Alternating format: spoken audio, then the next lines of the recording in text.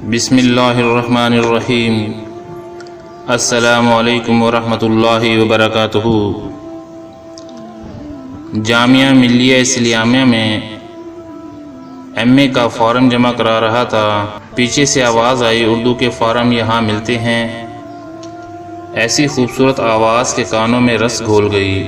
مڑ کر دیکھا تو وہ فارم لینے والوں کی بھیڑ میں کہیں کھو گئی، لیکن اس کی پرکشش آواز مجھ پر سحر کر گئی۔ فارم جمع کیا، کچھ دن کے بعد ٹیسٹ ہوا، ایم اے میں ایڈمیشن ہو گیا۔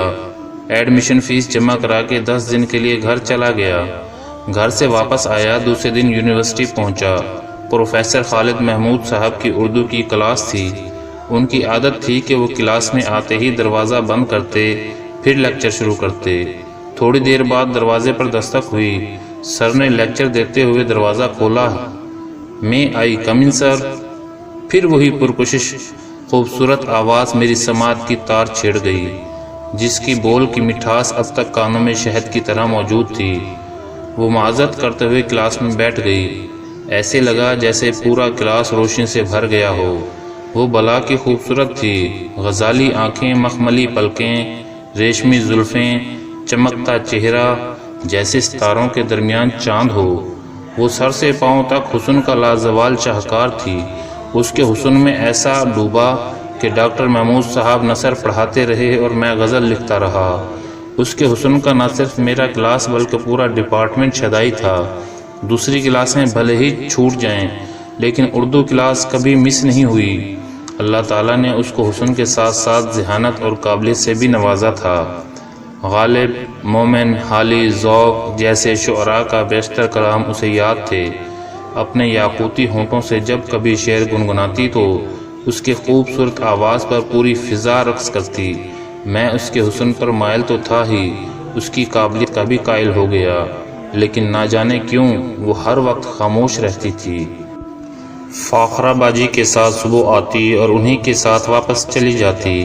ان کے علاوہ اس کی کوئی سہیلی نہ تھی، کوئی دوست۔ وہ اتنی کم گو تھی کہ ضرورت کے وقت بھی کم ہی بولتی، ہر وقت کھوئی کھوئی دنیا سے بے خوف ہوتی۔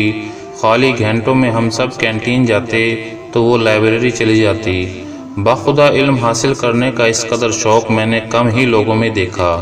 ہر روز بلا ناغہ دل میں حسرت لیے کالج آتا کہ کاش کسی دن وہ مجھ سے مخاطب ہو اور میں اپنا دل نکال کر اس کے قدموں میں رکھ دوں، لیکن پورے سال میری طرف کیا، پورے کالج میں کسی کی طرف آنکھ اٹھا کر نہیں دیکھا۔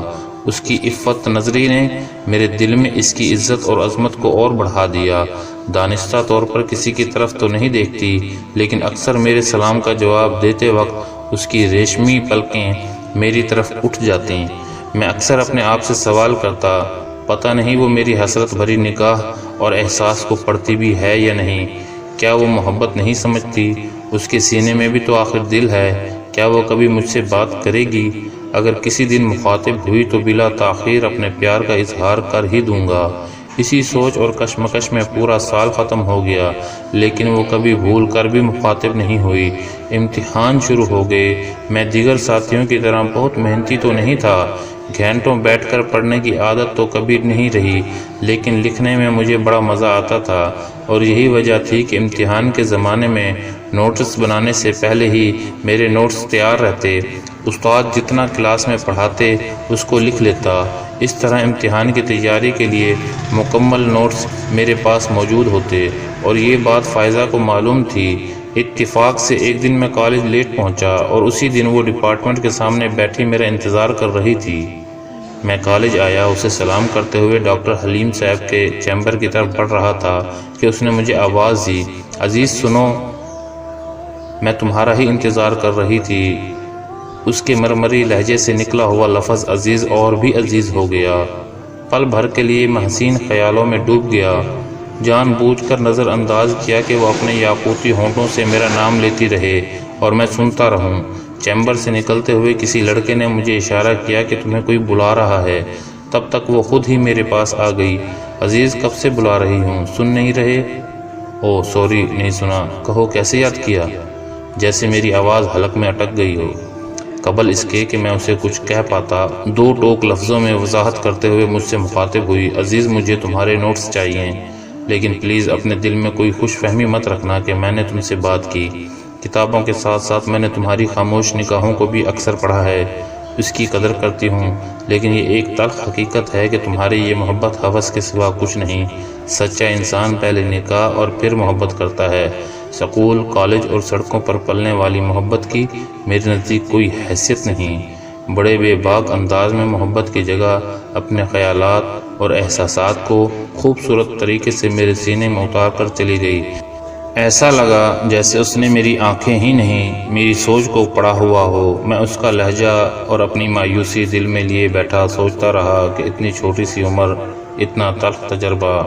اکثر ایسے خوبصورت چہرے تو بڑے مغرور اور دل فریب ہوا کرتے ہیں، لیکن اس کی سادگی، شرافت، پرعزم لہجہ بتا رہا ہے یا تو کسی اعلیٰ اور شریف خاندان سے ہے یا پھر کسی بدترین سانحہ نے اس کے دل میں مردوں کے بارے میں نفرت اور تلخی پیدا کر دی ہے۔ لیکن محبت تو پتھروں میں بھی جان ڈال دیتی ہے۔ میں اپنی محبت ثابت کر کے رہوں گا، وہ اس کا عزم ہے، یہ میرا عزم ہے۔ دوسرے دن وہ میری بیاض واپس کرنے آئی اور شکریہ ادا کرتے ہوئے جانے لگی۔ میں نے اس سے بلایا اور بے جھجک کہہ دیا کہ فائزہ، تم جو بھی سمجھو، پر میں تم سے محبت کرتا ہوں۔ تھوڑی دیر خاموشی رہی اور طنزیہ لہجے میں کہا، جاؤ عزیز، میرے پیچھے اپنا وقت اور مستقبل برباد مت کرو۔ میں نے تم سے پہلے ہی کہہ دیا تھا، میں کسی محبت کو نہیں جانتی، میرا اس سے دور دور تک کوئی واسطہ نہیں۔ محبت کیا ہے میں تمہیں بتا چکی ہوں۔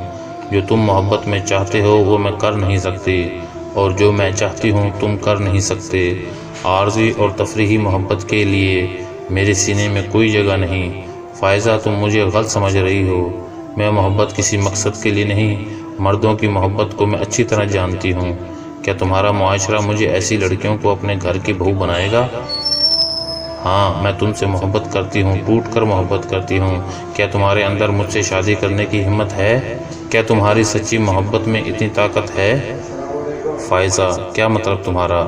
تم تو ایک شریف اور اچھے گھرانے سے لگ رہی ہو۔ ہاں، میں بہت شریف ہوں اور پاک دامن بھی، لیکن میرا گھرانہ اچھا نہیں۔ میں کسی اعلیٰ خاندان سے نہیں۔ میں اس راز کو بتانا تو نہیں چاہتی تھی، لیکن تمہاری روایتی محبت اور مصنوعی دیوانگی کے سامنے اب حقیقت کو واضح کر دینا بہت ضروری ہے۔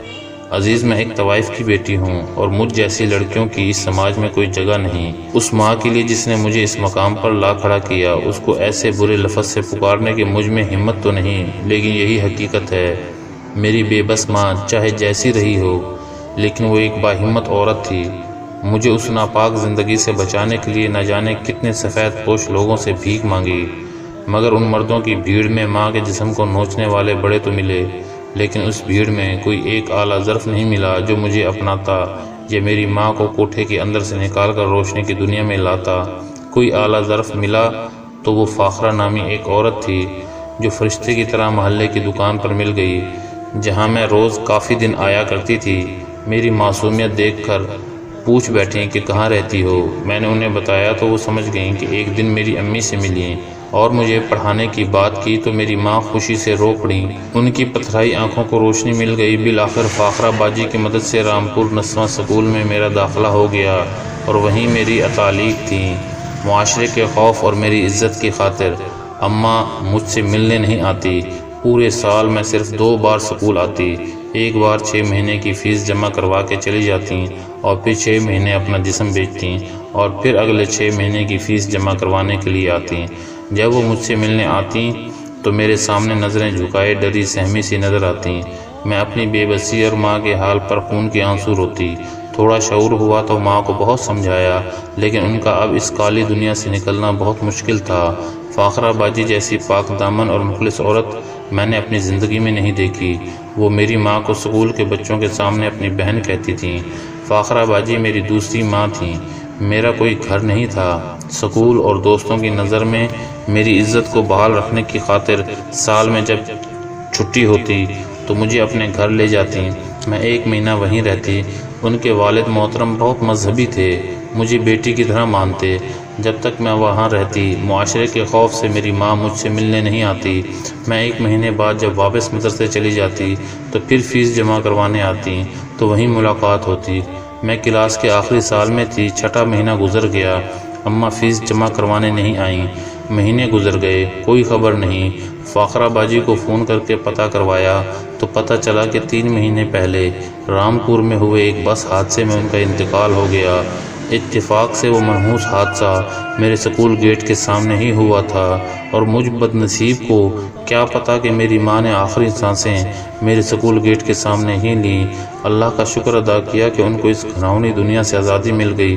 شاید میری بہترین پرورش گناہ کی دنیا سے محفوظ رکھنے اور میری تعلیم کے لیے ان کی قربانی کے نتیجے میں اللہ ان کی مغفرت فرما دے۔ ماں کے مرنے کی خبر سن کر بھی معاشرے کے خوف سے دوستوں کے سامنے اپنے غم اور آنسو پی کر مسکراتی رہی۔ روتی بھی تو کسے روتی، جاتی بھی تو کہاں جاتی؟ نہ تو میرا کوئی خاندان تھا، نہ کوئی گھر۔ فاخرہ باجی بھی 2 سال پہلے فارغ ہو کر یہاں سے جا چکی تھیں۔ میرا سکول ہی میری کل کائنات اور فاخرہ باجی ہی میرا آخری سہارا۔ بالآخر انہوں نے ہی میرا آنسو پوچھا۔ مدرسے آئیں، اگلے 6 مہینے کی سکول فیس جمع کی، سکول کی فراغت کے بعد اپنے گھر لے گئیں۔ فاخرہ باجی کا دیندار گھرانہ مجھے بیٹی کی طرح مانتا تھا۔ معاشرہ لاکھ برا ہو، پر آج بھی نیک لوگوں کی اس دنیا میں کمی نہیں۔ فاخرہ باجی کے ابا نے ذاکر حسین کالج میں BA کا ایڈمیشن کروا دیا، MA کے لیے جامعہ بھیج دیا، اور یہاں تم جیسے دیوانے سے ملاقات ہو گئی۔ عزیز، مجھ سے کسی خیالی امید کی بجائے یہ بات اپنے دامن میں باندھ لو، فاخرہ باجی کے دیندار گھرانے کی عظمت میری جان سے بھی زیادہ عزیز ہے۔ آج کے بعد میری اور تمہاری کوئی بات نہیں ہوگی۔ اگر تم مجھ سے محبت کرتے ہو تو اس محبت کی قسم میرے اس راز کو راز رکھنا، اور اگر اپنانا چاہتے ہو تو باوقار طریقے سے اپنے والدین کے ساتھ فاخرہ باجی کے گھر آنا اور فاخرہ باجی کے ابا سے میرا ہاتھ مانگ لینا۔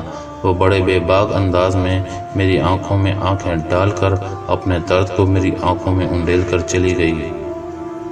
اس کے بے باک سوالوں کا نہ تو میرے پاس کوئی جواب تھا اور نہ سچی محبت ثابت کرنے کی ہمت۔ ذات پات حسب و نسب کے فرسودہ رسم و رواج میں بندھا میرا گھرانہ نہ تو فائزہ کو قبول کرتا اور نہ گھر سے بغاوت کرنے کی میرے اندر جرأت۔